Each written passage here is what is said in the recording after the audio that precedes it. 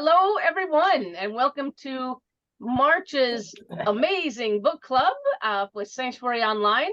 And before we let you start looking at a little bit of that, I got a couple little details I want to share with you about stuff that's going on here on site and online with Sanctuary. So I'm going to ask you to allow me to show you a slide or two real quickly.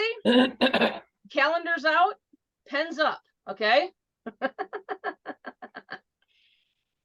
We are so excited that we have quite a few things on the 2024 calendar, and some of them are penciled in, some of them don't have dates yet, but we have a busy year here, so that excites us again. And first thing we're doing is our Sanctuary Seder. So we're doing an online Seder next Wednesday night. Okay, so it's the 27th. And if you have a Seder at your church, yay for you, attend that for sure. Or if you've never attended a Seder, ours is amazing. And you can put in the chat if you'd like, if you would throw me your email in the chat. What we do is we've had the Seder completely here on site. We've had it completely online different years. And this year we're going to have just the family here on site, and then have the whole rest of the shebang virtual. But what we also do is we have a Haggadah that we wrote that is special for Sanctuary. And if you send me your RSVP and you send me your email address, I will send you a copy. Okay, and that way you can actually follow along with all the readers. And it's really a nice way to participate, because if you've ever been to a Seder, you know there's a reader and then there's often a response to the reader, and a reader and a response to the reader. So this is a great way to participate in Holy Week, be part of it's a very different Seder than you've probably ever gone to if you've never come to ours. But anyway, go ahead and you can put your RSVP in the chat and make sure I have your email, and I will send that out to you before the actual Seder. We, as usual, have ordered at least 4 baby goatees to show up on time for Easter Sunday. So while Seder is going to be completely online, part of that is because Easter Sunday is going to be completely on site. So we have some little baby goatees for goatee hugging, and we'll have Easter here on Sunday, March 31st. What I really want to draw your attention to is, and really put this in pen, is Sunday, April 14th. We are doing our Sanctuary in the Woods 2023 virtual annual meeting. And let me tell you what, we don't work harder at anything, I think, than putting this thing together, really kind of sharing with you all of the celebrations and even the challenges of things we that occurred here in 2023, and giving you this gorgeous little peek into 2024 as well. So mark your calendars. I'm pretty sure, Ken, we said 3 o'clock Central Time. Yes. Oh, Barb says yes. Okay, Yeah, good. sure. Barb's always Cheryl right. says yes too. Okay, Barb and Cheryl are right. Ken and I are like, I don't know, it's on Sunday sometime, you know. So but 3 o'clock Central Time. We try to go about an hour. We may go a few minutes more than that, and then we have time for questions and answers and kind of time with the board per se. But it's really a neat way to really experience all of what Sanctuary, what we're doing on site and online. And even though there's a zillion things between April and November, we also want to remind folks about the Sanctuary at Sea cruise. I am incredibly excited. Cynthia, I know I owe you something, and I'm going to work on that during book club, I think. So, okay, love you for that. But the Sanctuary at Sea, November 2nd through the 10th, we will be leaving from Galveston, Texas, and we're going to hit Key West and Freeport and Half Moon Cay and Nassau. And I just want to lift up this to you. Dun, dun, dun, dun. Our flyer that we're happy to send you either electronically or even in the mail. But what's exciting about this Sanctuary at Sea this time is, as you can see, we're going to be celebrating Tom and Ken's 50th, that's with a 5, folks, 50, their anniversary. And so we're really excited to make this a fundraiser for Sanctuary and also for Tom and Ken to celebrate the heck out of them. So if you'd like a copy of the flyer, same thing, put your that request in the chat, throw your email at you, and I can send you a copy of this, which is our official flyer. It has all the information on how to sign up, pricing, where we're going, when we're going to be there. Loads and loads of information on this flyer, and I can send that to you via email. Okay, so Cheryl said I had to be quick, but I just wanted to say, hey, there's a lot going on, and especially in the next couple of weeks, we'd love you to attend our Seder next Wednesday. We'd love you to attend our annual meeting, and of course, we need you on that ship. Cheryl, they're all yours. Thank you. Welcome to book club. And this was kind of a different thing, this book. This is the first time we've done a nonfiction book. So I'm wondering how that felt for you all. Was it weird? No. Good. Good. All good. Oh, okay, good. All right. So did it hold your attention like a fiction book would? Yeah, it did. Yeah. Yeah. All right. It read very conversationally. It wasn't like I'm in a couple other book clubs, and we go to nonfiction books. To me, when you said that, I thought, anyway, they're usually political. And I was so glad this was a nonfiction book, but it was also so different than the political stuff. I mean, I liked reading something totally different. Yeah. All right. Well, that's cool. All right. So what were your impressions of the book? Did you read it? Yeah. She's very enthusiastic, that's for sure. Yeah, she is very enthusiastic. Yeah. Yeah. I just realized I need to thank God and the universe for the many blessings that I've, experienced through life. It really kind of made me be aware of that. Yeah, it brings it back to your consciousness, right? Yeah. I think Chris. Oh, I'm sorry. Kristen had mentioned how conversational the writer is, which I appreciate, and makes it a really fast read, because the message itself is a pretty quick message, but I really liked all the examples that she gave. Especially the examples from the most skeptical people. Yeah, I already shared with Cheryl that some of it was just a little too new agey for me. Yes. That part of it I really loved. I loved her application of the quantum physics points, to behavior and so forth.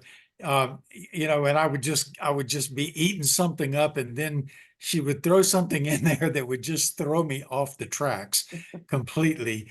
Because it just felt like, okay, why would you say that? Because it just feels silly to me compared to how profound what you just said, was. And so I was being jerked around quite a bit while I was reading the book. I really appreciated a lot of it, but the truth is a lot of it just was very difficult for me. Yep. I'm curious which parts. I had the feeling when I read autobiographies, I get the same feeling. It's like, you know all the answers. You think you know all the answers. And that is always discouraging to me. And I felt that, with, like you said, her new age stuff, it was, we got all this all figured out. But the positive for me, big positive, was,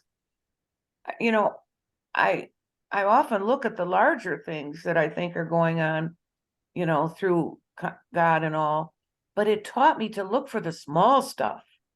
For the last couple of weeks, I've really been looking for the small things that happen, and you go, wow, that's a connection right there. Like what, Cynthia? What's an example? Well, like yesterday, I redid my bird feeder. I had my helper over here, and we realized that while I've enjoyed it so much, I got it for myself on my birthday last year because I've had trouble with keeping the squirrels away, but I got one that hangs on the window and the squirrels can't reach it. But anyway, I redid my bird feeder because I realized that the birds like different kinds of seeds, and I had them all on hand, and I changed it yesterday. My friend was here to help me, but it's that now every day that, like, the book has taught me, each time I see a bird come there, oh, I have beautiful cardinals, blue jays, I have blackbirds now, everything. And it's just every time a bird comes there, I can sit right where I am right now and see them. It's just such a profound thing to me now, from the book, the idea with little things are connections for me. Mhm. Yeah, that's an awesome piece, isn't it? Yeah. Yep. I had something that was really pretty small, but it made me think. I just read the chapter about how something great is going to happen that day. You're going to, anyway, the thing is that my doctor appointment got canceled for that date. And so they scheduled me for the following date, but I really can't wait that long. So I called them back and I said, well, do you have any openings next week? And they said, yes. So it's like, I went from like 2 weeks out to getting in sooner, but it was the kind of thing where I just thought in my head, okay, this is going to go my way. I know it will, if I do this, without being mean or angry or anything. Yeah, that's kind of cool, isn't it? When something is easier than you expect it to be, that's one of the things she talks about in there is that, what Murphy's law is, if anything can go wrong, it will. And the law of the universe is if anything can go right, it will, that was a lot more positive way of looking at it, I was my mom's staying with me and I was trying to explain the book to her, and I'll just say that talk about, she talks so much about coincidences and things just lining up when they're meant to. And Cheryl, you and Joby know that I do these programs with Michael Burnoff. He's a coach and communications expert out in Scottsdale, Arizona. And I was out there this week for a mastermind group and I just read the book. I'm like, oh, it's a quick read. I'll read it on the plane on the way out there. And so I read the book and I'm like, oh, this is kind of cool. It actually aligns with a lot of things he teaches. And then even more so, we get there in this particular weekend, his topic was creativity. That the way you label things creates your reality. Nothing's actually real. It's all the way you create it. And then we talked about unlearning, and that unlearning isn't forgetting what you know, but it's opening your mind up to the idea that there is more than one way for it to be. And I was like, why did I read this book and then go to that program? And I'm to the point where I'm like, I'm going to message him. If he didn't read this book, then I don't know what happened. Somebody must have stuck it under his pillow. Because it was so tightly wound that by the time I flew home from Arizona and finished the book on the plane, I couldn't remember what I had read in the book and what I learned in the workshop. It was so wound up. But I was trying to get like a simple analogy to talk to my mom about it. I said, if you're driving down the highway and the car in front of you hits the brakes and makes a right-hand turn without signaling, do you think to yourself, what a shitty driver? Or do you think to yourself, oh, I'll bet they're lost. I'm glad they made the turn. And the way you label it doesn't change the way they drive, but it changes the energy you bring into the next place you show up. And that to me is something I've been intentionally working on for the last couple of years. And that analogy just came to me when I was talking to my mom, because frankly, my mom rolls with it and my dad sees a shitty driver. So it was like, it worked.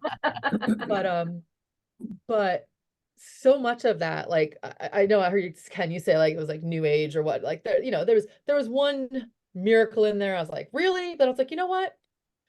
I can't say for certain it didn't happen, right? Let me put it that way. And if you can't prove it's not true, why not believe that I just don't know enough to think it might be possible? And if it's possible, maybe it'll work out for me too. And I really, really, really believe that me living my life like that for the last 2 years has brought so many better things into my life that I would have missed if I wasn't looking for them on purpose.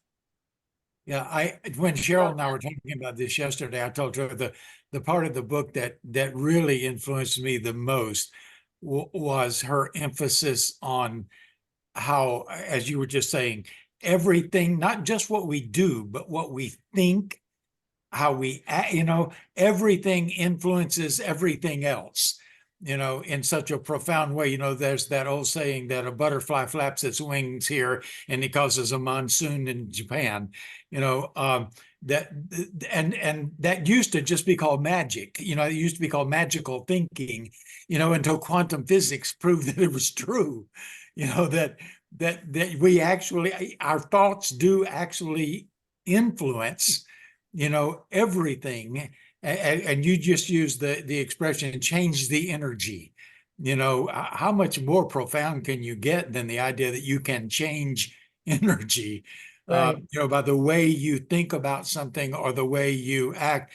And I told Cheryl that is an idea that has intrigued me all of my life, even when it was still just being thought about as magical thinking.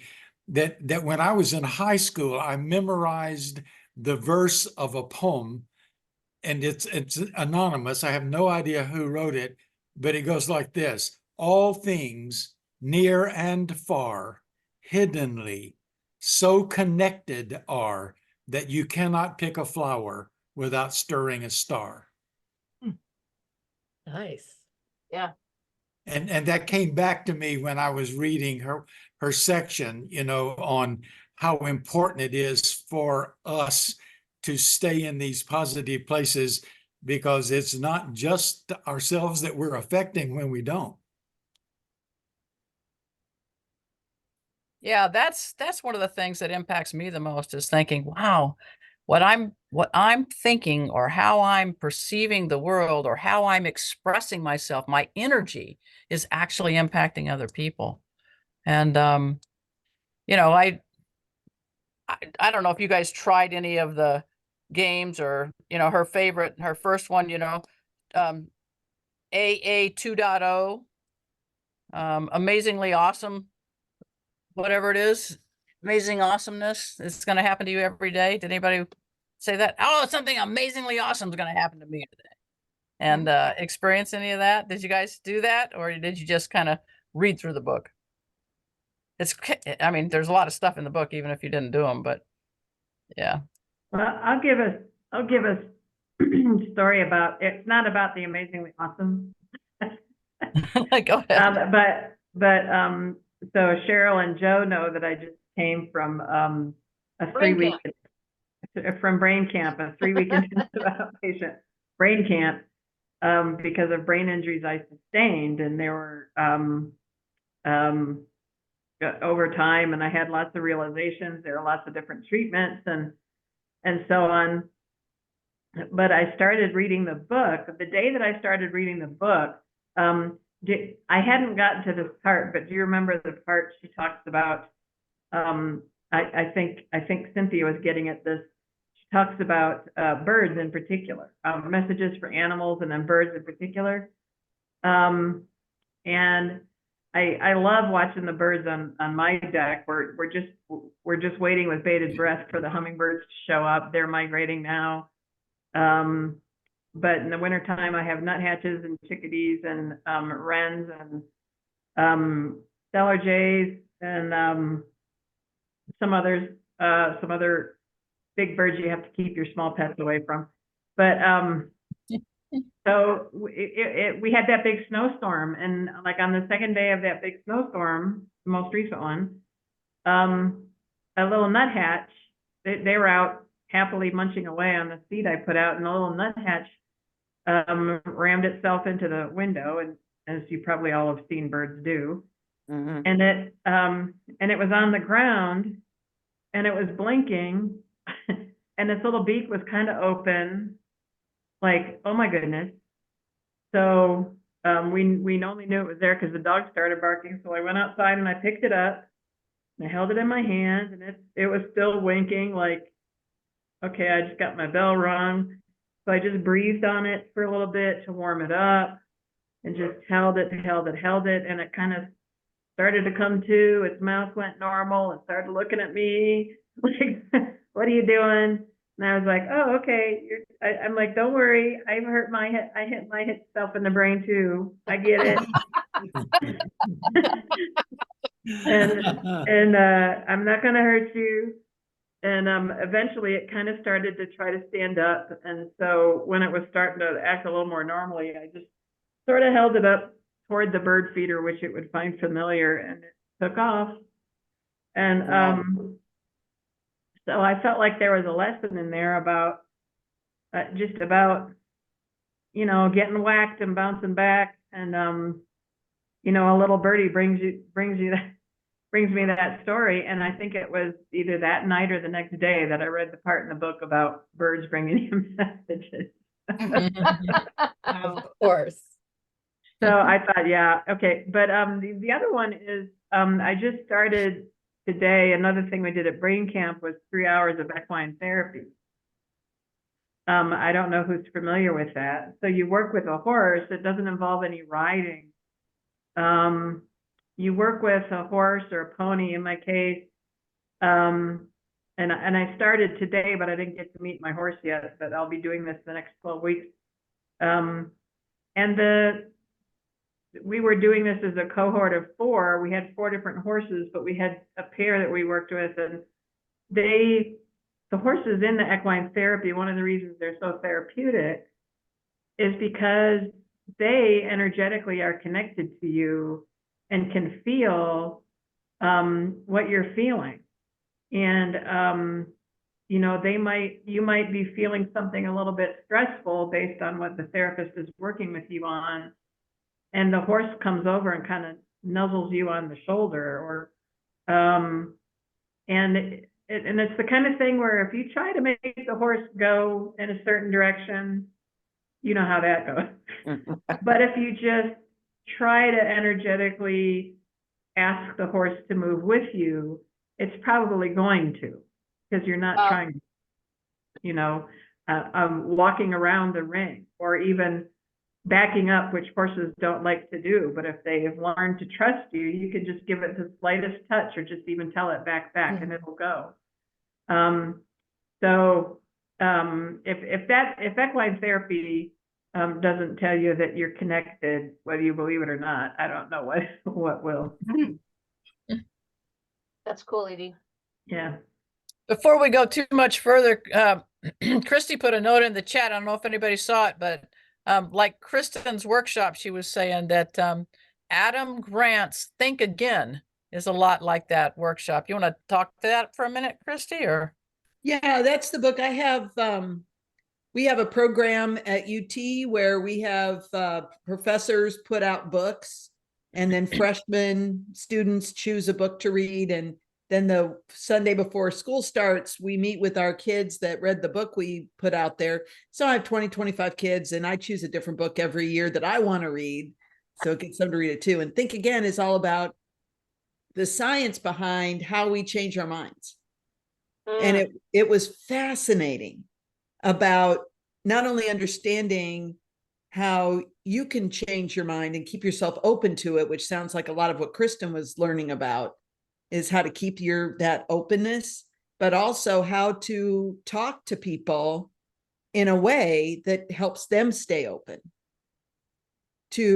As opposed to getting, you know, you were talking about the political books, you know, as opposed to just digging in positions, how do you talk to people to help them stay open? It was, and it's all about the whole connection thing.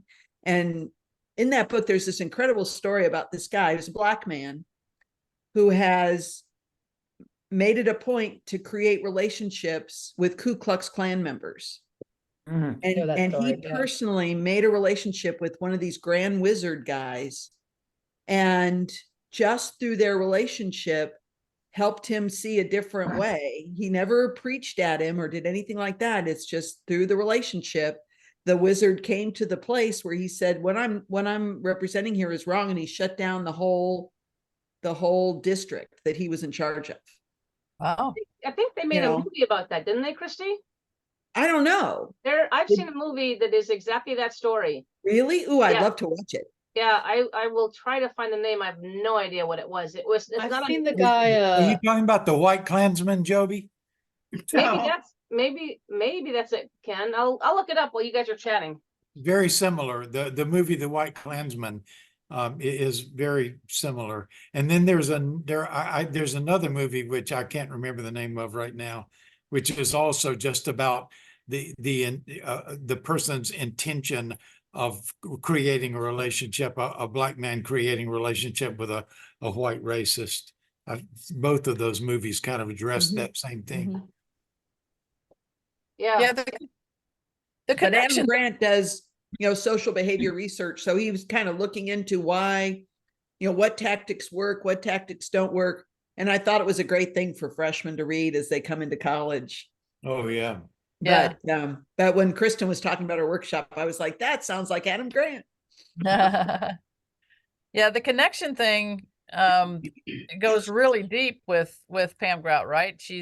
It's connection with like trees. You go out and sit under a tree and animals and birds and everything like that she was talking about in there, and it was pretty powerful just how we're all connected, all just like what Ken was talking about. You can't do anything without impacting everything else, and so that was pretty powerful. I like the idea of being one of those tall poles that's a frequency that what you do, you send out your frequency, and we could create a better frequency for the whole world if we could raise our energy and increase that kind of positive energy that we send out. That would be pretty awesome, right? We're doing it right now, Cheryl. There you go. Yep. Did anybody play any of the games, or did you get any? She had in there 4 gifts that you're going to get. Did anybody get a gift? Oh, here's some things. Spike Lee's Black Klansman, Journeys into White America's Heart of Darkness. Okay. Yeah, there's a movie and a book. I'll just put it in the chat for you guys. Yeah, it's there. Yeah. Yeah, Black Klansman was different though. It was like he was that was kind of like cop, I think, yeah. But the story investigative journalistic kind of thing. Yeah, but and the storyline a little bit similar around. It just became getting to know each other, Yeah. Well, and I kind of consider my little bird. You mentioned the 4 gifts. I wrote those down in my little day book thing here. A magical blessing from the natural world. I kind of put my little bird in that category. Although my own personal sort of totem is a porcupine, and I'm constantly learning from the porcupines. Yeah, that's cool. You've said that before, Edie. Yeah. Yeah. I mean, people find out I'm interested in them, and they learn cool new facts, and then I learn cool new facts, and yeah.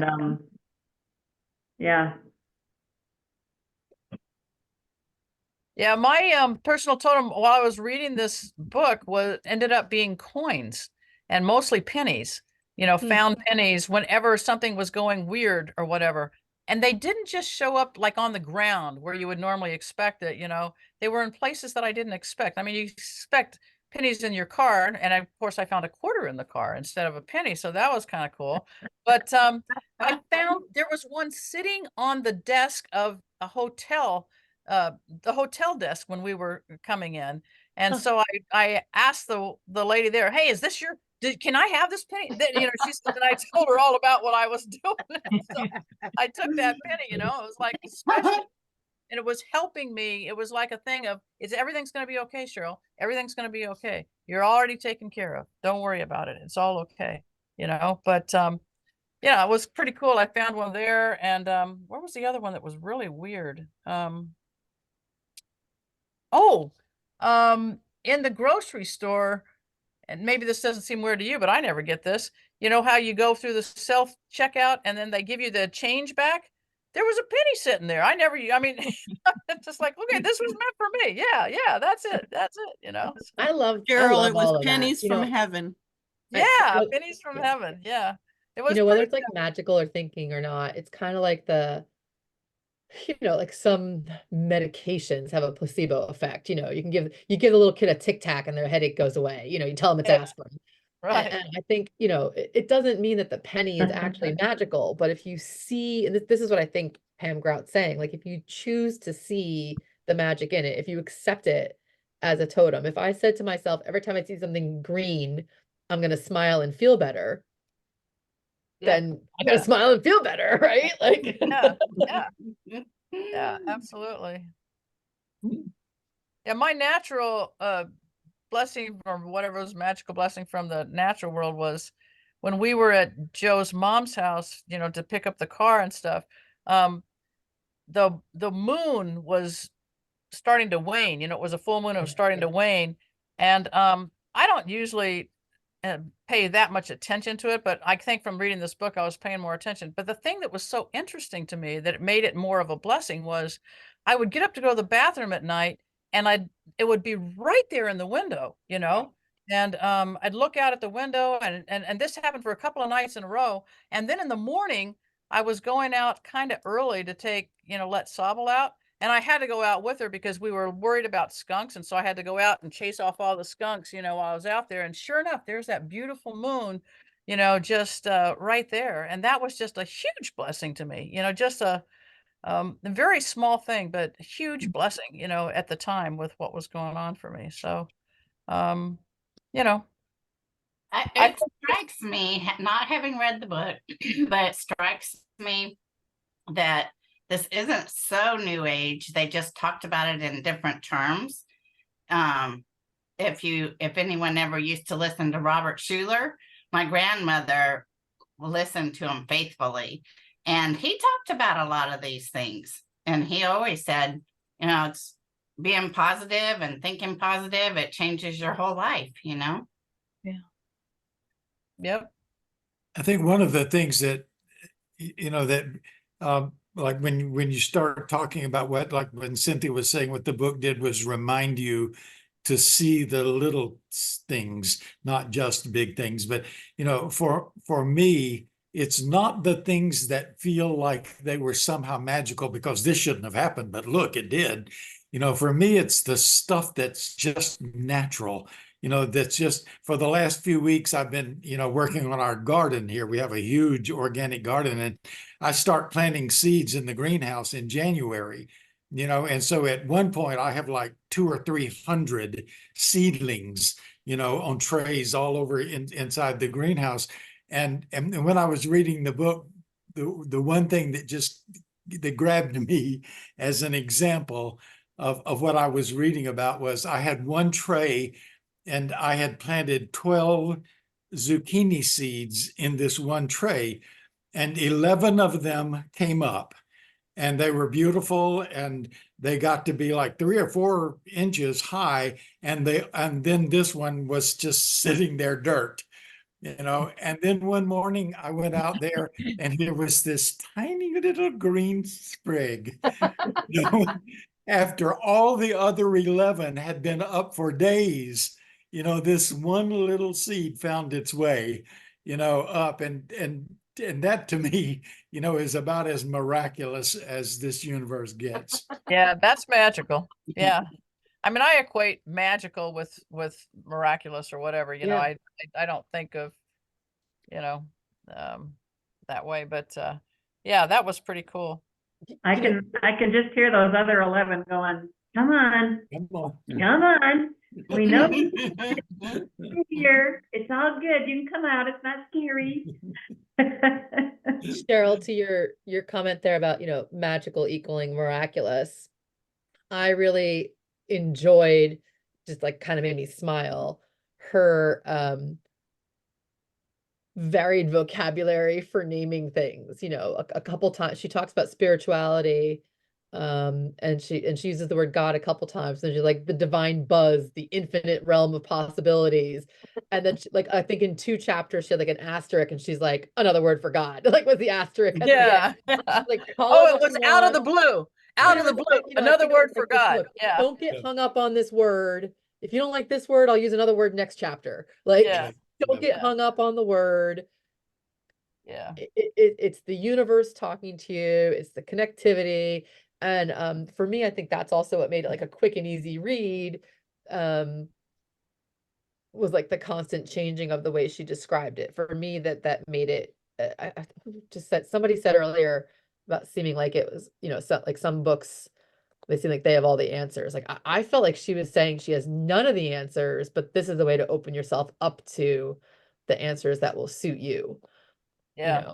Ask for help, see the possibilities, actually pay attention and listen for the answers.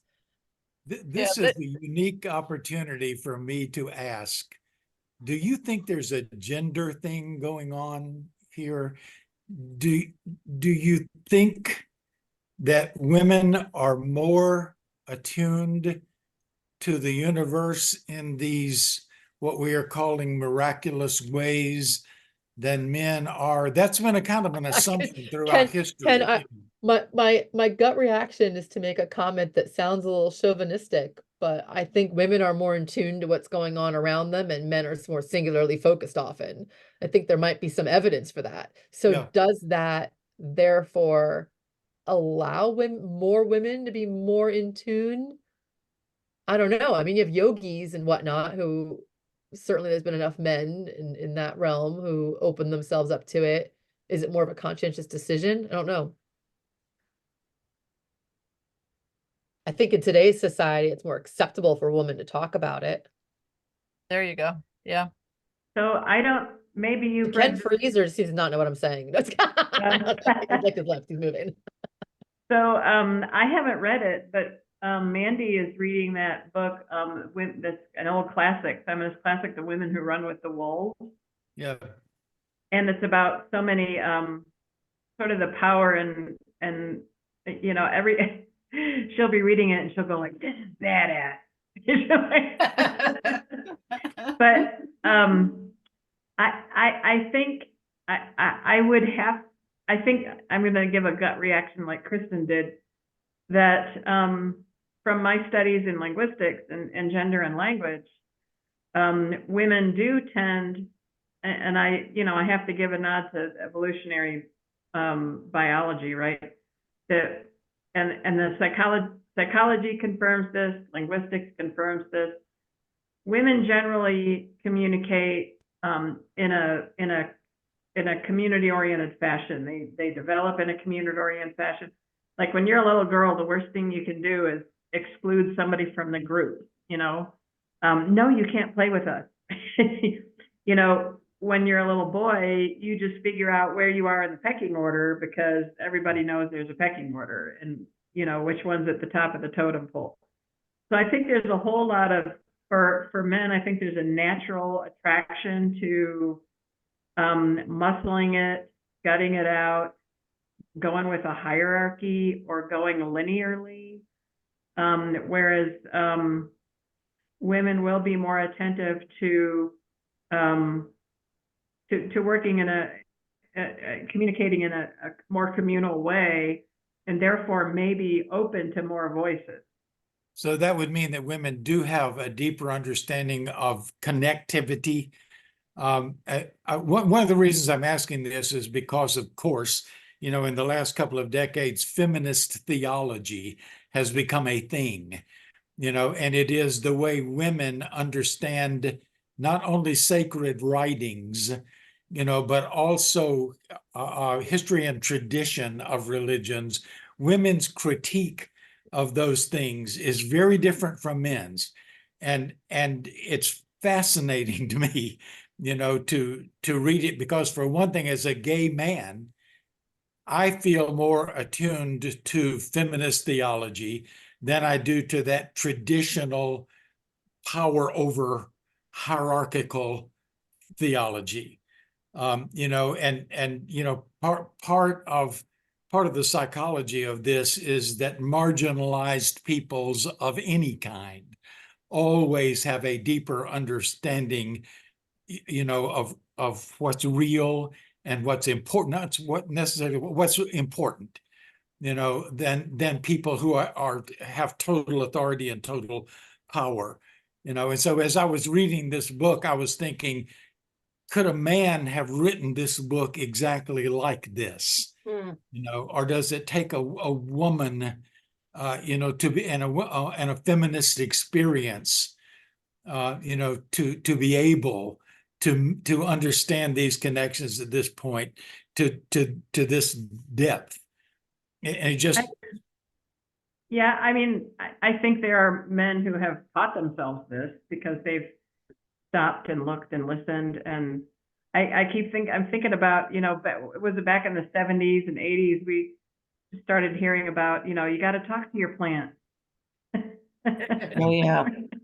And so of course the scientists tried to set about proving, yes, the plants that got talked to flourished more than the plants that didn't get talked to. Of course they had to make it, concrete, but I mean, you might have something there, but then, also keeping in mind, in other cultures, so in our culture, it's the white male that's going to be hierarchical and linear. In other cultures, the white male might be the marginal population.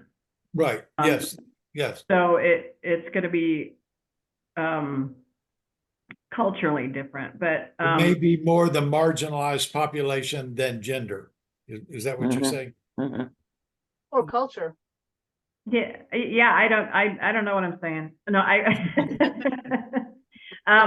potentially. I mean, I'd have to give it some thought, but your perspective from feminist theology is fascinating because, and I think Jo ran some of that sort of thought process past me when she and I spoke on the phone one time. But it is hard, we come through society with one framework, and it is hard for us to pull out of that framework, which is what Pam is asking us to do. It's hard for us to pull out of that framework and look at it from a different side. And, and it tends to be, the women who, and this is what kills me about, the lack of choice for women. You don't give women a choice, they're stuck, they're the ones,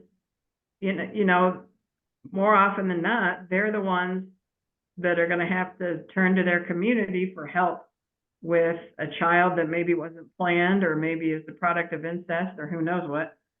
And it's going to be the women, it's going to be the grandmothers that take in the grandchildren if the mothers are not capable. It's going to be the women that take in the older people and take care of them. Right now, my mom and dad are both alive, but at 88, mom is 24/7 all about taking care of my dad. So I think it comes to us naturally because it's where the family unit falls is matrifocally. And it makes it easier for us to think about these things. But it also something that I've been doing a lot of thinking about. I'm over 60, but I got issues that I can track back to my childhood. Knowing mom and dad did the best they could, but they kind of came over with what they knew. Like my dad's mom was killed when he was a boy. His dad was a violent alcoholic, and he certainly wasn't as bad as any of that, but I can see where that influenced. And I guess my point is these things go generationally. The cultural as well as aspect, when by you're talking about gender, the cultural based aspect on of it. experience, and we also know trauma. Yes, in many of the pre-literate cultures, all shamanic powers, were vested in women, and it was because of the awe in which men held women's ability to create life, produce life, bring life into the world. That there was an assumption made that because of that ability which men did not have, that was part of the cause for a rise out of matriarchal societies into patriarchal societies, because men actually feared that power, and realized that women had these powers, and abilities, and that became part of the whole witch thing, part of the witch trials and everything, was to destroy, these women who were assumed to have powers that men didn't have, frankly. Yeah. Well, and just like what you were saying though too, Edie, about having that her whole concept is about seeing things differently, right, Ken? And just opening yourself to those different ways. And there were a lot of men that she talks about in here that were able to do that and able to see different things in here. And so maybe there's some, I know, like Wayne Dyer is somebody that's a man that's written a lot of books and talked a lot about this kind of stuff. And I mean, he has that quote, you know, when you change the way you look at things, the things you look at change, you know, that whole concept around that. I was struck by the fact that she's been doing this kind of stuff and writing these kind of books and living and trying to model after herself after this kind of way of being for years, right? And she even still says, you know, she makes it really clear made it really clear to me that this is not something that you're going to get it and then you're going to live like that. She gives a couple of examples of people that are like that, but that's going to happen for everybody. You know, I mean, you know, it's just like it's a lifelong thing of trying to continue to, you know, wake up and, you know, have your day go well and look for the good and, you know, all these kind of things. And I mean, just her statements here that more often than not, she says, it's my smartphone, not the persistent tap of the woodpecker that wakes me up in the morning. But she says, but oh, those days when I let the magic in, I discover a brand new episode every hour in my own backyard. The sun rises with a completely different palette of colors. A chorus of birds settles in the trees outside my window, and so on and so forth. And she says, it's like inhaling God. And I'm just like, wow, you know, that's reframing. Yeah, it is. It's reframing. Yeah, exactly. What's the verse, Ken, about the birds of the air? Don't worry. Yeah, it's in Matthew 6 as part of the Sermon on the Mount. Yeah, they neither eat nor sow to that, but because they don't have to. They don't have to worry about anything, you know, because the Creator provides, you know, for them everything that they need. Well, that's what her attitude makes me think about when she talked about, yeah, I wanted to go do this writing course, but I had $53. Yep. And boom, this contract showed up and I got the exact amount I needed for the course and the airfare. And sometimes I feel like that. Sometimes I feel like, well, it's only money. Some more money will show up from somewhere. But I think about that verse a lot, Ken. Thank you for quoting it. I only got the gist of it, but that seems like what she's preaching is just if you trust that it'll be provided, it'll be provided. Yep. There's a line that I really like in the book. It's follow what excites you, and the right people, the right materials, and the right opportunities will show up. I definitely highlighted that part, Rose. Yeah, for me, in my life, that has been true. Absolutely. That's a good one. And the one I highlighted was the more I identified with the invisible realm of goodness, joy, and beauty, the happier I became. So it is kind of a lifelong thing. I think you were saying, Cheryl, you have to practice this and keep doing it. And you know, I just finished the book yesterday, so I haven't had time to like do the activities. And I'm actually thinking of going back now and like for the next 30 days, you know, doing one a day, the way it's laid out that way. But just occurred to me right now, you know, as I was reading the book, I was like, I live this way a lot. Like some people think I'm nuts, but it works for me. And to some extent, you know, when I lost the office job last year, and I was like, it's the best opportunity I could possibly have. How else could I follow my passion if I wasn't being fired? And that was great. But even then, some of my friends like, come on, are you really losing your job? Things will work out. Things had worked out for me so many times. And I'd always told my friends for 9 years, merger after acquisition, again and again.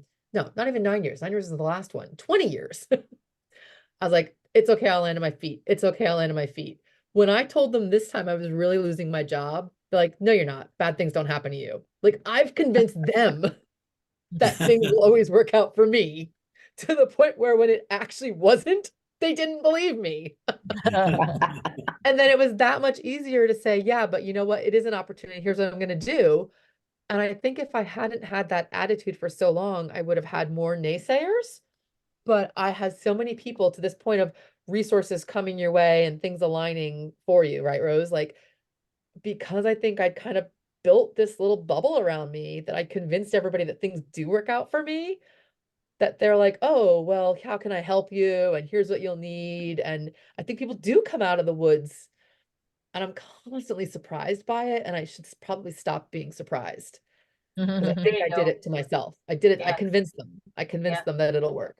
I loved we sort of, it's almost like the biggest lesson of the book for me was sort of like, none of this is possible unless you live from the inside out instead of from the outside in. If you live from the inside out, you follow your own passion, you do whatever's right for you, even, no matter what, as opposed to waiting to see what other people want you to say or do or be, and then trying to do it, in order to please them, then none of this is possible. For you. Tom's sister, Darcel, is visiting us right now, and she and I were laughing yesterday about a meme that somebody posted on Facebook that said, live your life in such a way that if it were a book, Florida would ban it. I'm banned. Banned. Well, and I love what Rose, you've started something here where Cheryl and I are working with a coach for a year now. She's kind of a metaphysicalist. And that's what I had a meeting with her, a business alignment meeting, as I'm building, like I'm transitioning my businesses. And she said, when you become in alignment with your purpose, like with your passion, with what you're actually supposed to be here doing, then those people, those opportunities, those jobs, it all shows up. And she said, interestingly, watch for what falls away. Because there are, and she said, and this is in relationships, in jobs, in money. And she said, what's interesting is you can't hold, contain, keep what is not in alignment with you. Like when you're really living like that, Ken, from the inside out. And it was this, to me, it's kind of been like a kick in the ass to say, I've known for a long time I should be doing something different. I've known for a long time. But the job in front of me has really provided for, for our family. And so to make the change is not easy. But once you kind of see it that way, you're like, but I have to. Like, I've just been fighting doing it, and I think you're right there, Rose. It just makes me think of Snezzy when she said, things that you are aligned with. You want clients that you are aligned with. You may have clients right now that are great clients that you are not aligned with, and they may fall away, but don't let that stress you, because what's going to happen is those relationships and those things that are in alignment, when you get in alignment, are going to show. And Kristen, that's exactly the freaking path you're on right now, love. You and I both know that. And yeah, I mean, you know so many of the more details, and I'm trying not to overrun everything, because this book I got all like effervescent from it. But I'm gonna go all Bible on you just for 1 minute, because Ken, I had this professor in seminary who helped us understand Paul's writings.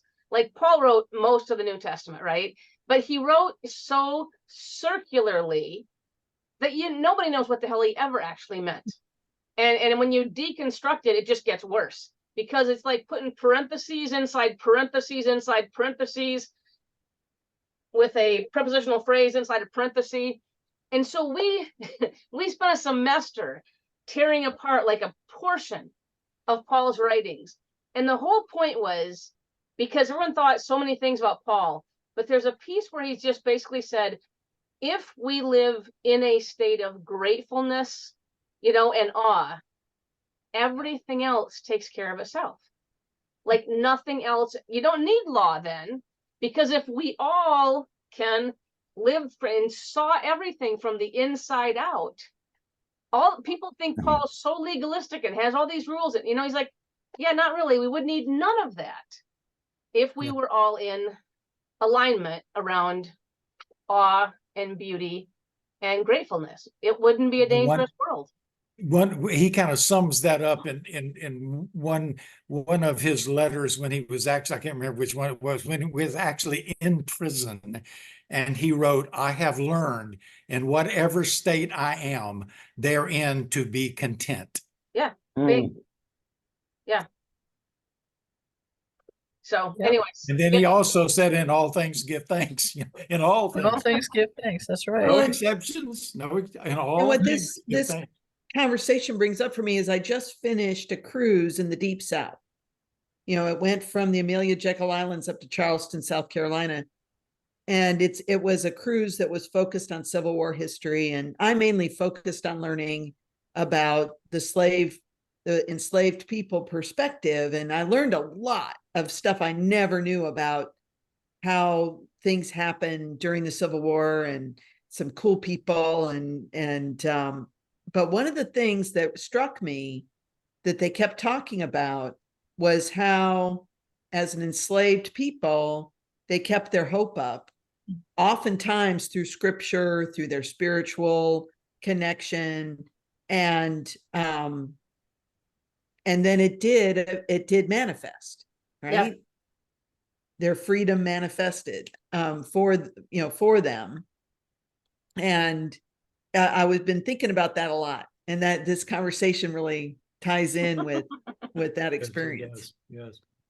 Wow. Well, Cheryl, What, Joe? I was gonna have one more thing. go ahead. Are you gonna talk about your $5? Does this come from Oh, Pam? well, it comes from another one of her books, but What's her other book? Give them a resource. She has a couple of other books where she does some other party games or experiments. She actually calls them experiments in the other books. And the book that was her big breakthrough book, and she alludes to it in this one, was called E Squared. And it's about experiments of doing stuff. And it's a way of, one of the experiments that's in there was to kind of give away, I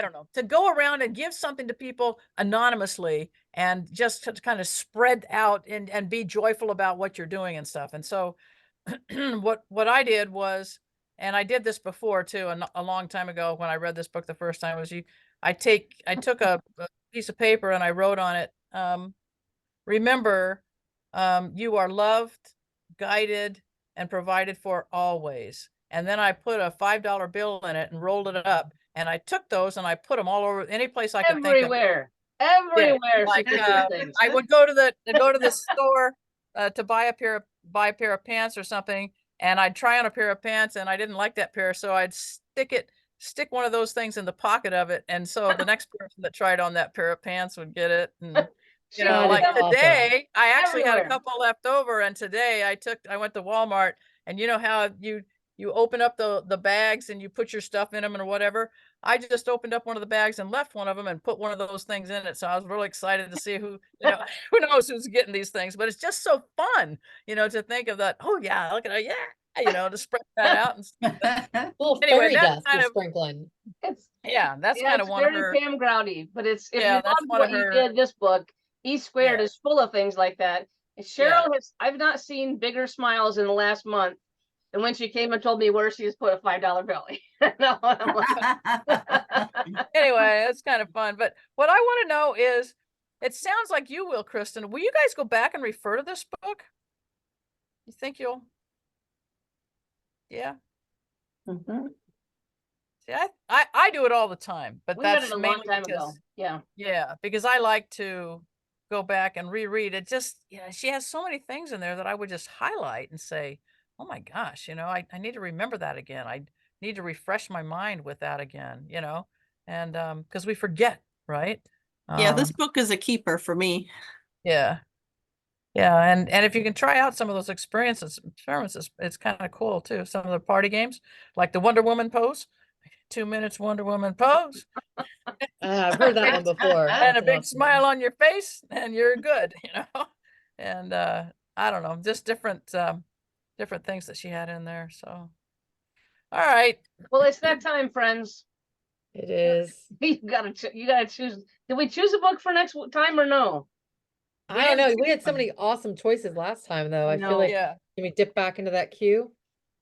Only if Cheryl saved it. I did not save it. Barb, did you save it? Looks like Rose has one.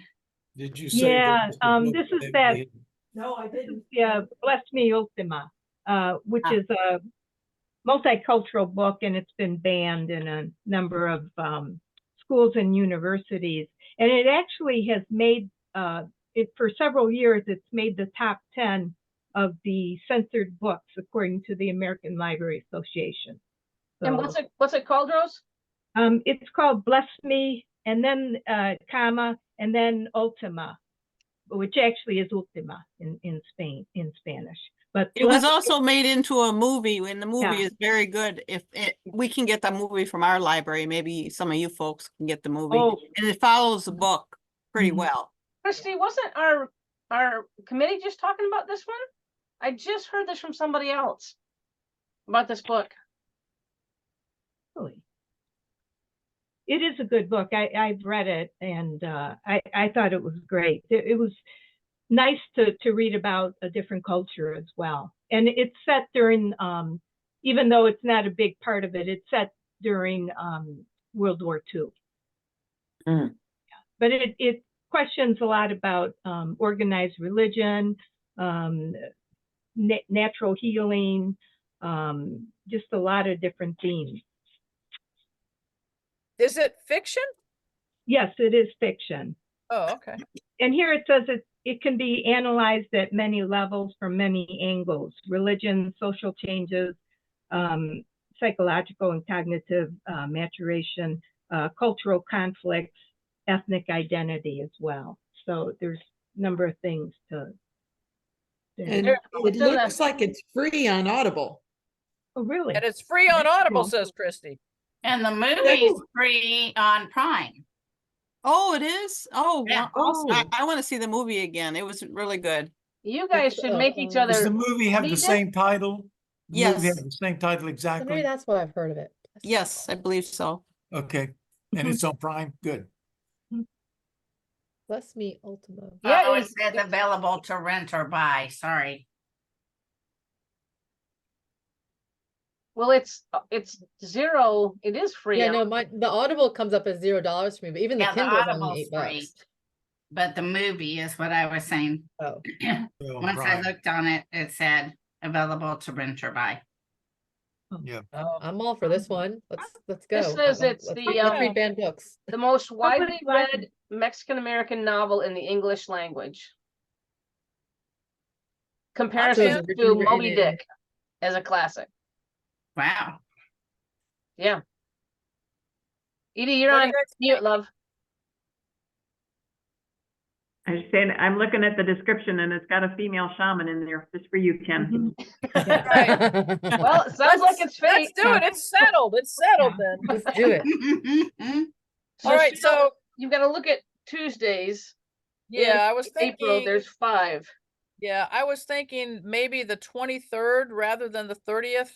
We are doing my father's memorial service on the 29th, and I think the 30th we might still be coming back home and getting squared away and stuff. So, If you do that, I understand that. But you'll lose Kristen and I because we'll be flying out, I think, for court. Yeah, I'm trying to think when okay. I'm flying.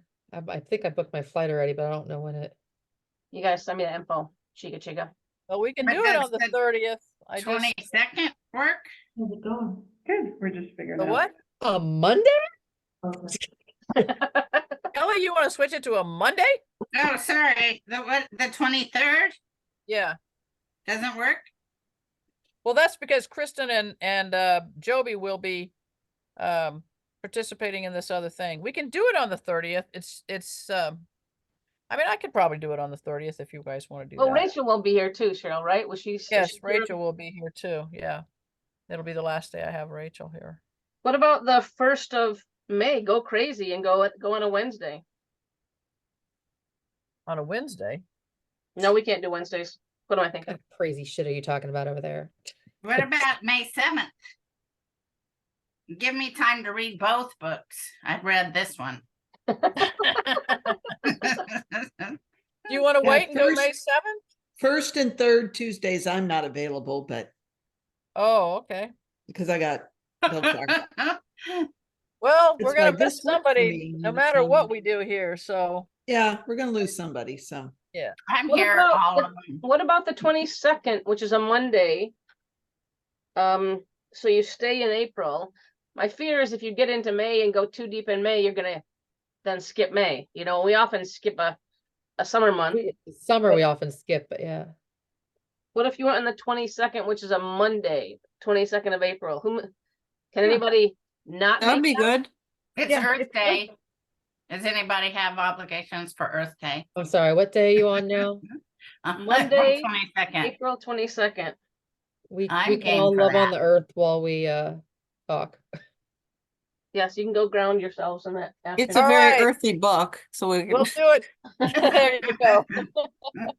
The So let's- beginning Passover is April 22nd. I don't know if that affects anyone. It won't with me, so.